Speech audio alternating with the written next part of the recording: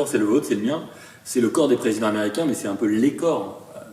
L'allusion claire à Kantorowicz, quoi. Il y a le corps biologique, le corps naturel, celui qui peut être malade, qui peut souffrir, qui peut être gros, etc. Et puis le corps politique, qui est un corps symbolique, qui est le corps du président américain, comme le roi durant la monarchie française ou anglaise.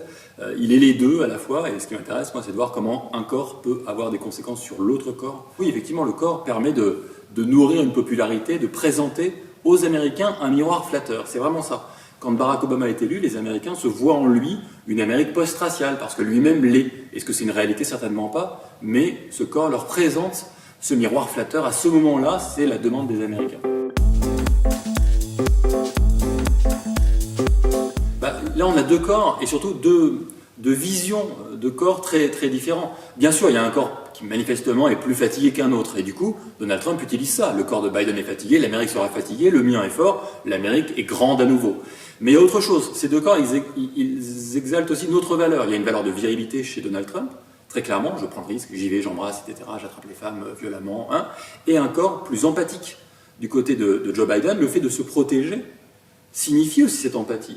Le fait de dire « je comprends votre peine à vous les Américains parce que moi-même j'ai perdu des personnes de ma famille, etc. » Ce côté « je vous ressemble, ainsi je vais pouvoir vous rassembler », ça c'est une valeur souvent du Parti démocrate.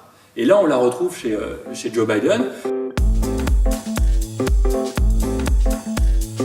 Il a un corps pas si particulier que ça. Moi il me fait un peu penser au corps de Ronald Reagan par exemple. Un corps qui se veut un corps de cow-boy, un corps viril, un corps qui exprime toute la force qu'il imaginait être celle de l'Amérique. C'est-à-dire qu'il y a une vraie analogie entre les deux. C'est la raison pour laquelle, lorsqu'il tombe malade, c'est un drame pour lui.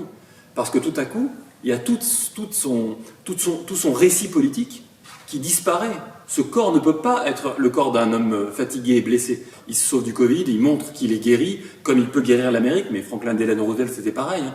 Guéri, soi-disant, de la polio, qui peut guérir l'Amérique de la crise économique. Donc c'est ça qu'on voit un peu. C'est le rapport permanent entre le corps tel que l'on le présente aux Américains et le corps de l'Amérique. Là, c'est Donald Trump qui vous dit qu'il a 20 ans de moins aujourd'hui, mais Ronald Reagan, en 1985, on lui enlève un polype en juillet 85, et le médecin dit, à l'intérieur du corps de Ronald Reagan, j'ai vu un homme de 40 ans. Vous voyez ? Il y a à chaque fois cette jeunesse de l'Amérique qu'un corps, même plus âgé, doit tout de même symboliser. Sciences Po.